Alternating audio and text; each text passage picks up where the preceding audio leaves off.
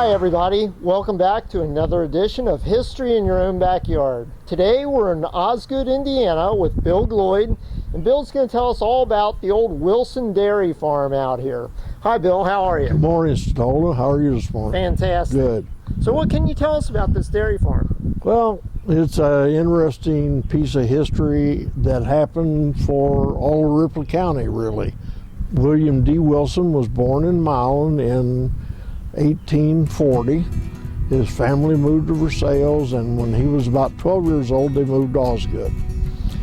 Mr. Willson was a very productive youth. He worked at a lot of odd jobs while attending school. He never had a formal high school education, of course, at that time. And when he was about 16 years old, his father, who was an engineer, was given a job in Iowa surveying for a particular railroad company. Okay. And he went with his father, and while he was there, he met a circuit judge and spent a lot of time with him. And he convinced him he should become an attorney. Huh. And he was a self-made attorney, never went to law school, studied books, and passed the bar, and became a very prominent attorney. Wow. But he still had the ambition to be a businessman beside an attorney. Mm-hmm. He had acquired some money, so he started in the stave business. And what's that? And that was the wooden staves to make a barrel. Okay. And at that time, barrels were what most things were shipped in. Mm-hmm. Cardboard wasn't available at that time. And he became a very large stave manufacturer. In fact, in 1 year alone, he shipped more than 2 million staves from Osgood Wow. to the Standard Oil Company. So he was able to go out and get contracts to sell product too. He stayed in the stave business for a while, sold that off, and then he started a mill in Osgood, which later became the Farm Bureau Mill, which was a 4-story mill, and he built it from scratch, and it became very productive. He sold flour in Cincinnati, he sold flour locally. So he had those business ventures, and then he had a dream of a dairy farm. Yeah. He thought that if everything was run right, you could make a lot of money being a dairy farmer. He was able to buy 1,140 acres just south of Osgood. Wow. And it was all flat ground. On it, there were several springs, and he dug ponds. He had 7 ponds on this area. And that's right where we're standing? Right where we're standing now. Okay. And south of here, these grain bins happen to be right on the edge of Osgood, and in fact, there were 9 grain bins total.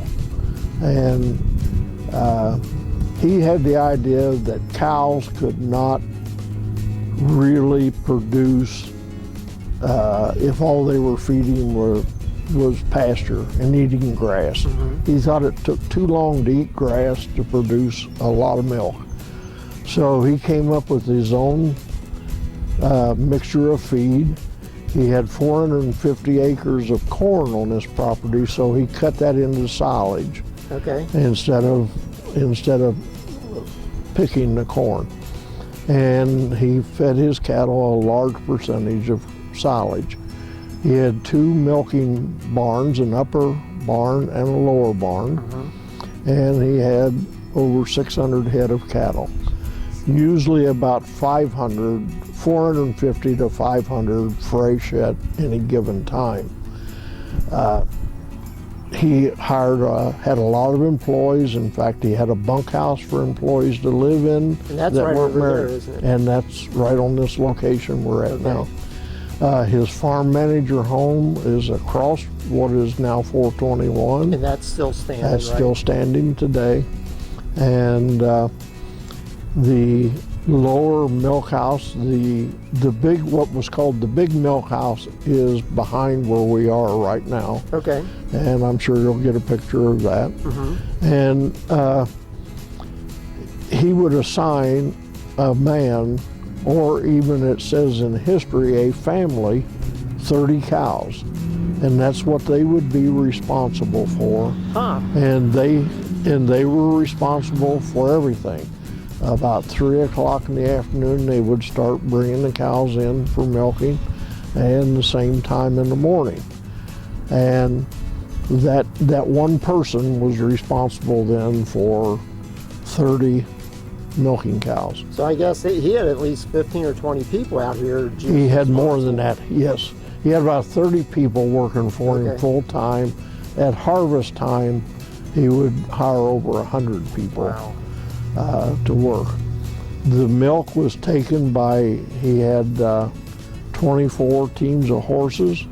They would take it from here to the downtown to the depot every morning and evening, and it would be shipped to Cincinnati. By rail? By rail. Okay.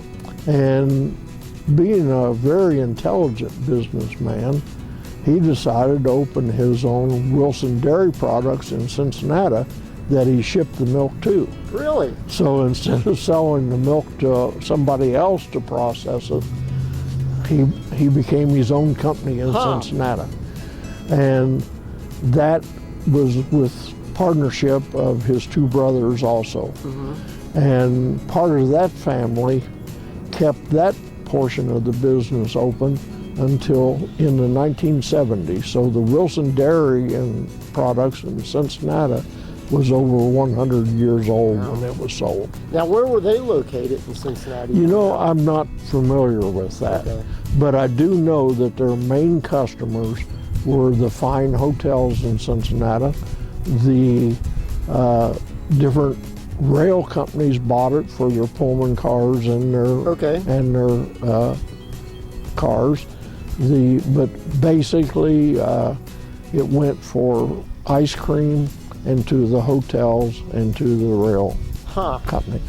And Mr. Willson, first wife that he married in 1862, passed away in 1901.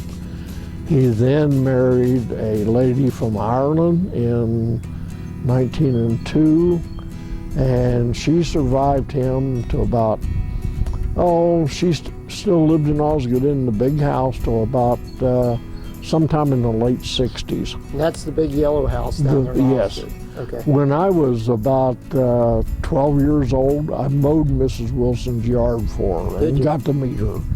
And in fact, I have a piece of furniture that I bought when her sale was held. She lived till that time, but he died in 1917. She continued the farm at some degree, not at the same degree of cattle. She was gradually turning it into a grain farm. Okay. And he believed in treating the ground, that you had to take care of the ground to benefit from it.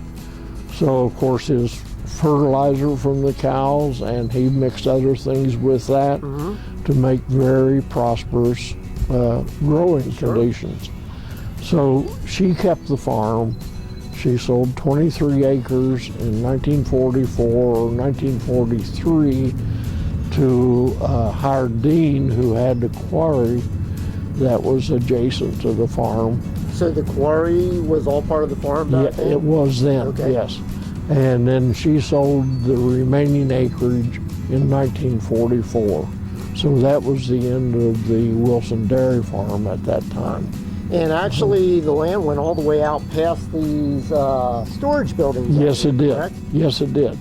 As I said, there was what was called a lower barn and an upper barn. We knew it as lower dairy curve and upper dairy curve. Okay. That's all the kids knew it as that. Because anyway, another strange thing about the name Willson. This is a Willson that had two L's in it. Did it? Yeah, Willson. No kidding. Yes. Huh. And you know, that's I've just never uncommon. seen like that. No, that's the only time I've ever seen it. He also started the Ripley County Bank, by the way. Did he? Which was the first bank in the county. And they're still in existence? No, it was sold in 1999. Okay. It was sold to a holding company Okay. at that time. Thanks for watching another edition of History in Your Own Backyard. Remember, travel slowly and stop often. See ya.